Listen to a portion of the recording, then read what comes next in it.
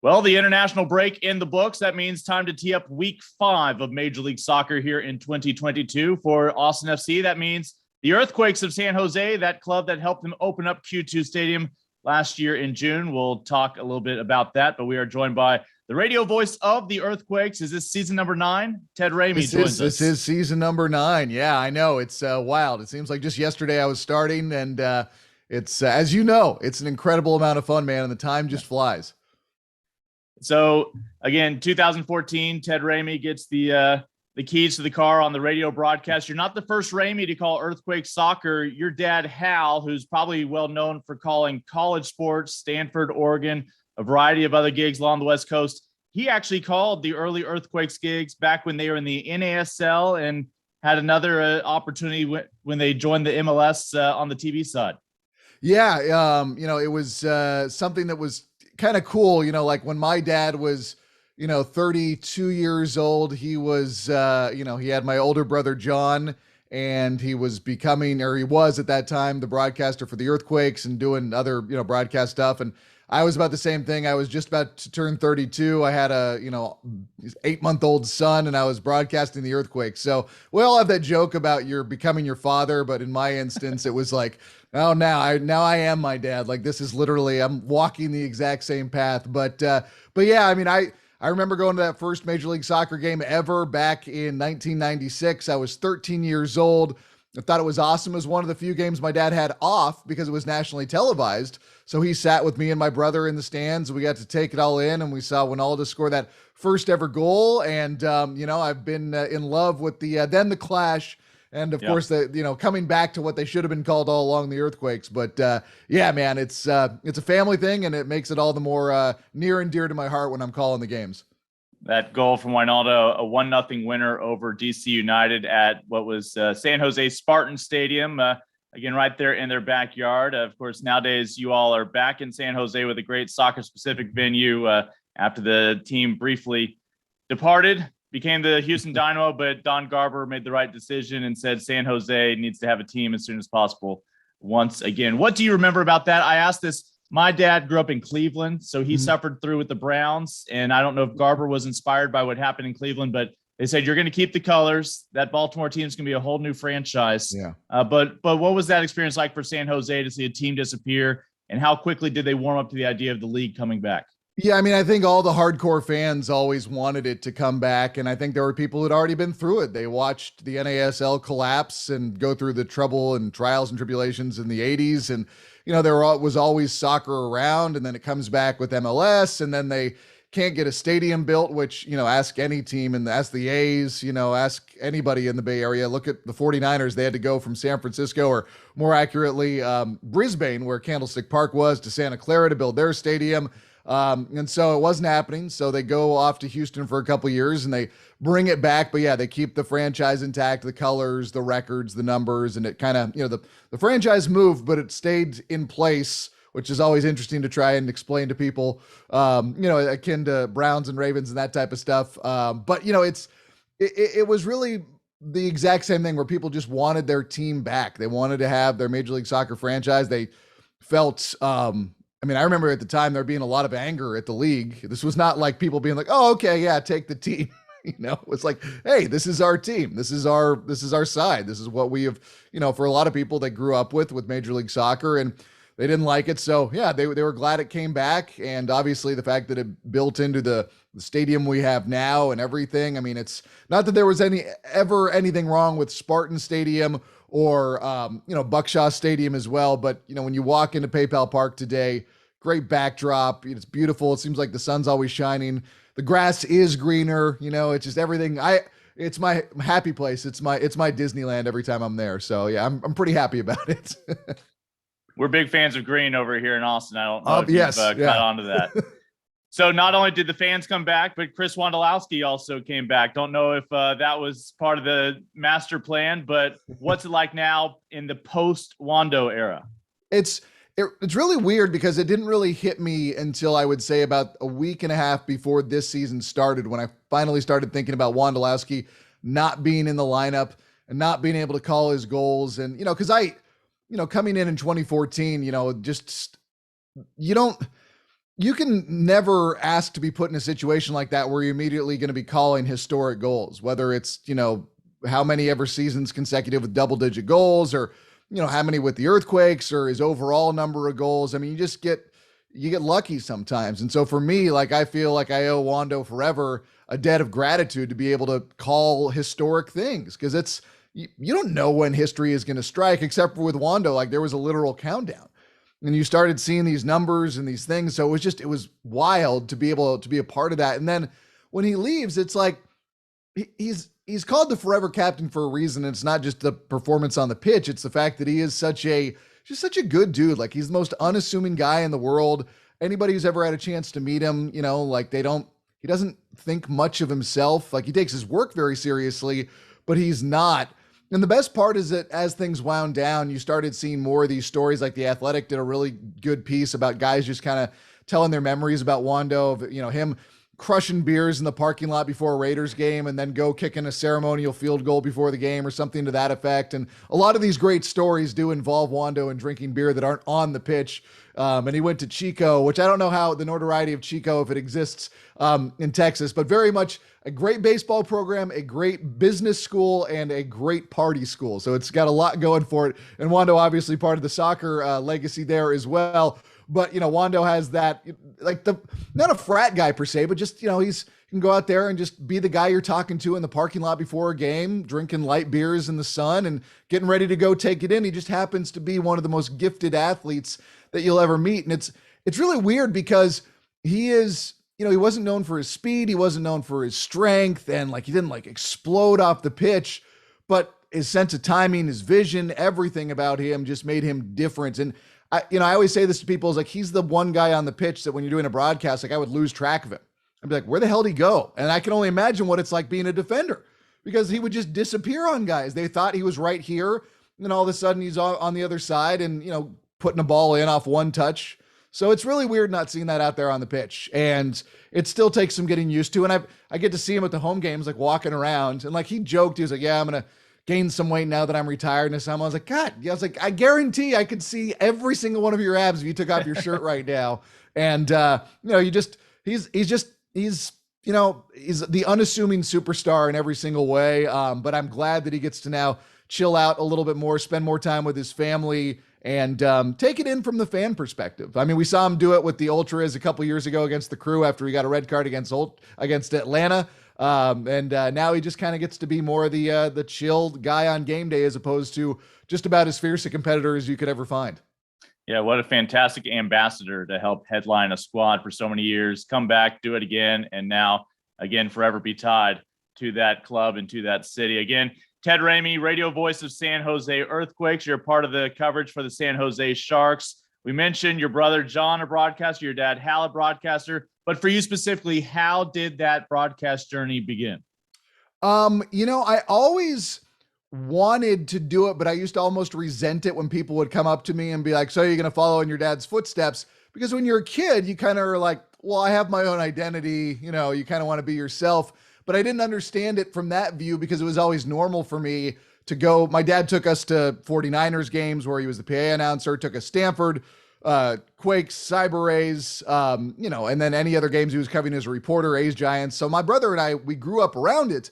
But I didn't really think about it being something that I was necessarily going to do until I was about mid-20s. And I had done some broadcasting stuff in the past. I would voice stuff for people because people knew that I had the ability to do it, and it was something I had. But I didn't start taking it seriously until I started with KMBR in San Francisco, which is the big sports station. That's what our broadcasts are on for the Quakes. There's KMBR 680 and KMBR 1050.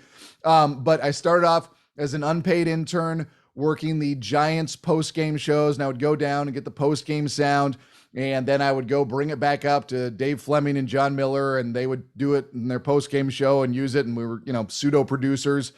And from there, I started doing stringer work for AP News Radio and ESPN. I think the first time I went on air, it was at a Cal USC college football game where I don't know if they still do this, but they used to go all the way around the country, and they would get guys on the phone and give a quick update from each game.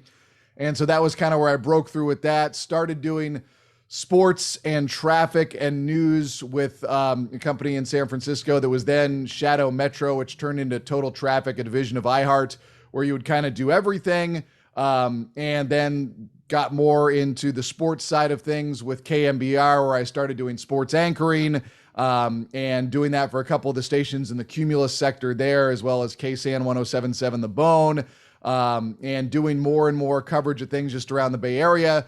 And that led me to eventually to the Earthquakes. And they said, would you like to try out for this? And I was like, yeah, of course, I'd love to try out. So I came out and I did a game for them, and they listened to the tape. And I don't know how many other people they were getting tapes from, but they chose me, and I was exceptionally lucky that they did. And, because my play-by-play work was relatively limited at that point. So, I knew how to do it, obviously, grew up around it with my dad and was, had absorbed it by osmosis, and done some stuff, previously in high school to voice some stuff for people. But I wasn't, I was more at that point doing anchoring and talk show hosting and stuff like that.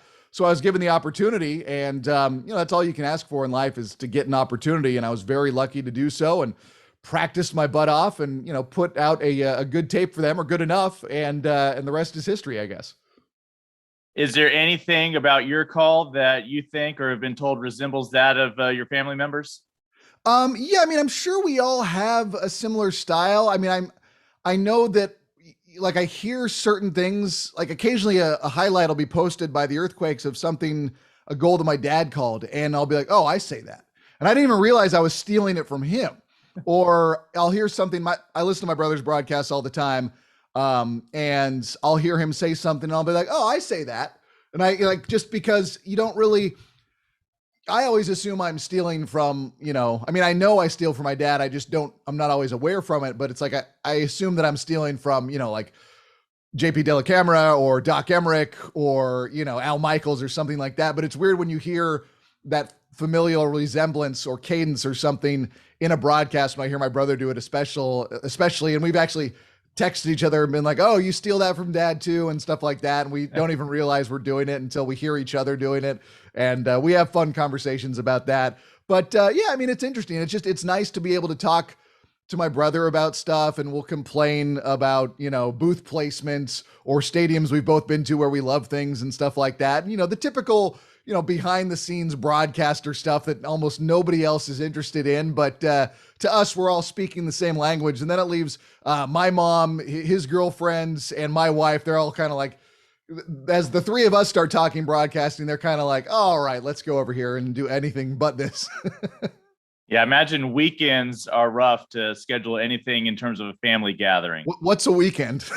Yeah, it's a work day. Yeah, dude, like I was looking at the other day, I think at least 38 Saturdays this year, I think, are taken by Sharks and Quakes. And sometimes those are two on top of each other. So the social life takes a hit. But, when you're getting paid to talk about sports, you can't complain about it too much. Well, let's go ahead and dive into, again, the team you cover, the San Jose Earthquakes. What was the offseason emphasis from what you saw in terms of the personnel changes and the decisions they made? Established MLS players. You look at the acquisitions of Jamiro Montero, Jan Gregush, and Francisco Calvo first and foremost. And those were the guys that general manager Chris Leach looked at and said, we know these guys have a proven track record in Major League Soccer. We're going to bring them in and make them a part of what we're doing here. It was an extension of what we saw in the summer with the acquisition of Jeremy Ebobisse from Portland in a big trade, the first big move that Chris Leach made when he was still the interim GM at that point. So that was very exciting in that sense. And, that with Ebobisse, with Gregush, with Calvo, and with Montero, it's four players who have shown they can perform at a high level in Major League Soccer. There were more homegrown signings. The 16-year-old Nico Chakiris, he made his debut a couple weeks ago. You got him in. You also had Will Richmond out of Stanford. He was signed to a homegrown contract right before the MLS Super Draft. And then we drafted Oseni Buda the next day, which was really exciting. He was on the phone or doing the interview with me. Sorry, rocking a cold. It's not COVID, I'm sick with something but COVID. But we drafted Oseni Buda out of Stanford right at the time as I was interviewing Will Richmond about him getting signed to a homegrown contract the day before, and his phone was blowing up telling him like, hey, your teammate just got drafted by the Earthquakes. So that was pretty fun. But in the offseason, you looked for guys that you were familiar with. I think they were very familiar with Oseni Buddha as well, because he played at Stanford, which is, very close and could go to a lot of the games. And he used to come to Earthquakes games as well, as I believe Will Richmond did as well. But you have those guys and you have the established MLS players coming in. And I think that was they wanted familiarity, and they had the familiarity in the sense of they knew what they were getting from these guys with, Grey Goose and Montero and Calvo and previously Abobasi. And then they seemed like they had a pretty good idea of what they had with Richmond and Buddha as well, and bringing them in. And then, Chakiris as well as a younger homegrown signing. Yeah, I think we've seen the clubs that try to make splashy signings from almost exclusively away from MLS. It often does not pay off like it does bringing in some of that internal knowledge, folks who understand the league, the pace, the expectations, and then you're able to add to that, complement it with these international signings along the way. It was fun to watch Buddha on draft day. Was covering that, of course. Kip Keller fell to Austin at 5, but great to see Buddha surrounded by, I believe, his adopted family here in the States, over there in the Bay Area, and realizing he was going to be nearby for the near future in his professional career. Yeah, really cool. And it was very, and I haven't talked to him about it since, but literally, I think maybe 3 days after he was drafted, there started to be the semblance of a coup from his homeland of Burkina Faso. So, I just couldn't imagine how much was going through his head in a span of a matter of days, from one of the biggest professional days of his career to him, worried about family and friends from the country he came from. So, obviously an emotional whirlwind for him, but in his one appearance with the Earthquakes, I've liked two appearances now with the Earthquakes. I've liked what I've seen from him, and I'm excited for his future. Well, Austin is going to San Jose on Saturday, as that is where they wound up in the third and final meeting of this series last year, back when some of the Western Conference teams did meet 3 times. You all were gracious enough to come to Austin twice to begin. Of course, you opened up on June 19th, the Q2 Stadium with Austin. That was a scoreless draw. The next time they would meet in Austin, not a scoreless draw. There were 7 goals between the two teams. Which of those two meetings do you think this upcoming Saturday is going to more closely resemble? Boy, I mean, the Earthquakes offense hasn't really been much so far this year. I don't know if you're familiar with what we've done, but we have not scored a goal from the run of play. We've only scored off set pieces.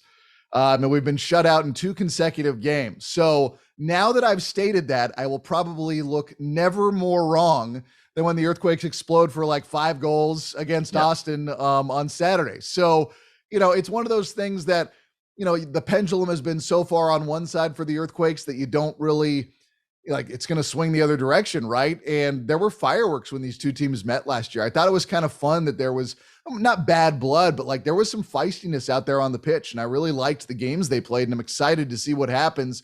So while I would trend towards a lower scoring affair, but I'm really good at being wrong when it comes to prognosticating about sports. That's what I've, when people ask me what I'm good at, it's like, oh, you need a man to be wrong. Like, I'm your guy. Let me tell you. Logic tells me low scoring, so the reality will probably be high scoring. Yeah, I feel like the more we know, the less we know. Yes, exactly. Especially in Major League Soccer, when it comes to score lines, the more we study going into these matches. JT Marcinkowski back in goal. What stands out about that back line now as a group coming into this 5th week? Well, it's changed, and week number 1, our biggest acquisition of last year in terms of calming down everything on the defensive side and really everything on the pitch, Nathan, about 40th minute week 1, he goes down with a torn meniscus, had surgery, and that put him out for roughly 2 months. So he's still away from coming back. You've got Jackson Ewell playing as a center back some of the time, also Eric Remedi, also Tanner Beeson, Francisco Calvo. We've seen 3 at the back. We've seen 4 at the back. It's been a little bit of a trying to figure out what works right now.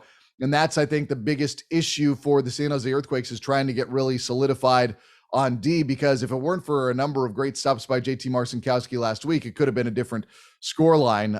And JT, he's coming into his own now, and he gets more and more comfortable, I feel, with every single game. He's really, really good at organizing the back line, and I watch him and his angles and the way that he's getting better at getting big and just the way he sets up. And It's not like he has like the biggest frame. Like I look at Joe Cannon, who is MLS longtime goalie, former goalie of the year and such. He's my broadcast partner, and he's a big frame. I would say he's like 6'3", big broad shoulders, totally different body size than JT Marcinkowski. Marcinkowski's probably like 6'1", but more like wiry and kind of a little bit more explosive. So totally different body styles, but he gets the most out of his body, even if he's not, like a hulking dude. He's got long arms. His reach is good. He's good with the ball at his feet. He is gotten a lot better compared to what I remember him playing the last 5 games of the year in 2018. And he just, you watch his development because goalies get better as they go on. And that's one of the reasons I was jealous to lose Andrew Tarbell to you guys. Cause I, after seeing him here, I was always hoping of him coming back because he's such a good dude. But it's interesting to watch goalies in particular develop because they're not always, 21 years old and, the best. It takes them a little bit longer. They have to get later in their career as they get better and better. So watching JT, evolve as a keeper and getting better in his organization and his angles. Now he's working with the back line is really interesting. And, JT is not the issue. And I think individually, each of the Earthquakes on the back line are more than capable. I think right now it's just about finding out how they all make it work together. And I think that can be extended beyond the back line. I think the Earthquakes are trying to figure themselves out right now. And, when you have 4 games, you haven't, scored a goal from the run of play, that's not just on your striker or your winger. That's, front to back. There's something that's still missing at this point. It's like all 11 are out there, but there's a link in the chain that is not being, coupled, or it's, there's something missing. Let me step away from the formation real quick. When you all played Minnesota in week 4, a couple weeks ago now, up at Allianz Field, I know that the team tweeted out a memorable Wando goal against them. And sure enough, there was Andrew Tarbell, part of the celebration, enjoying all of it. Austin last year plucked away Andrew, Danny Hosen. But of course, Nick Lima was the guy who had come up through the academy system with you all. What are your memories of Nick, his emergence with San Jose, and ultimately earning the right to wear the red, white, and blue? Nick is a great guy. I have so much respect for that guy. When he found out he was going to be part of that trade, he called me on the phone to let me know. That just, it showed me, because I cared a lot about Nick because he came in and, immediately was thrust into the role of starting right back because Marvell Wynn, who's another good friend of mine, had a heart condition and had his career suddenly come to an end. And, he was getting ready for the 2017 season. And then a couple weeks later, he was having open heart surgery.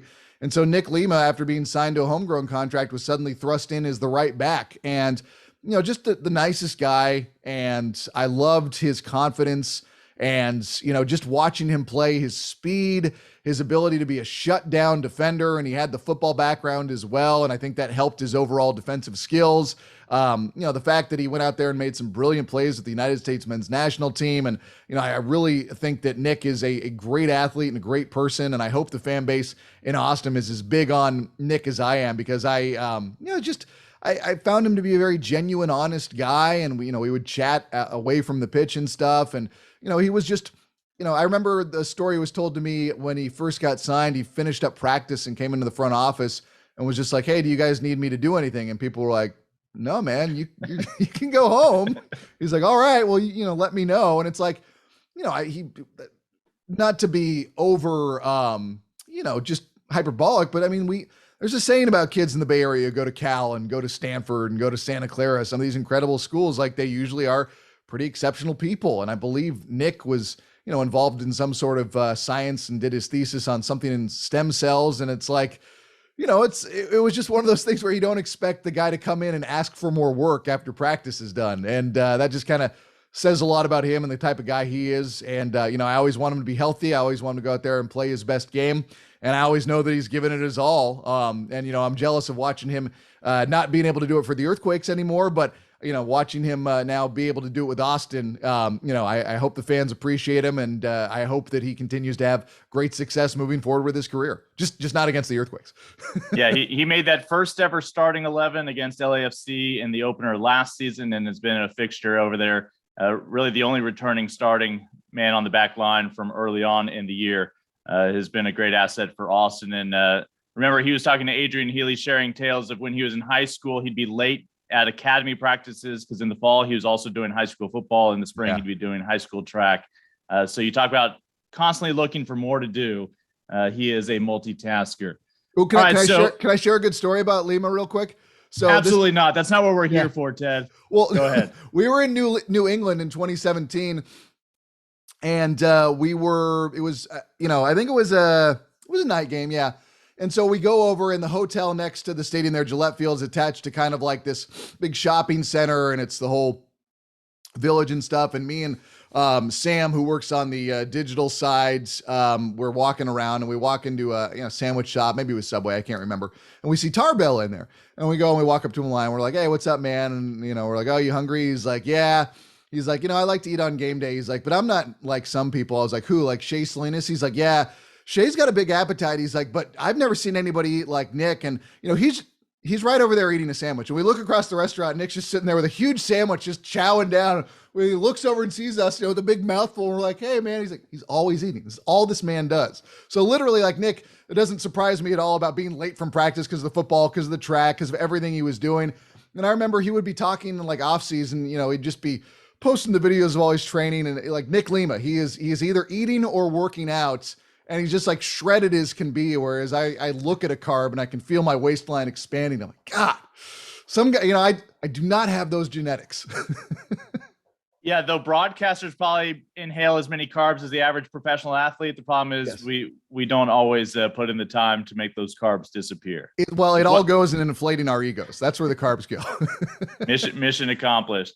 All right, so when last we left, we talked about the back line of San Jose. Tell us about, you were making the analogy of the chain. Who's connecting things in the midfield when things are going well?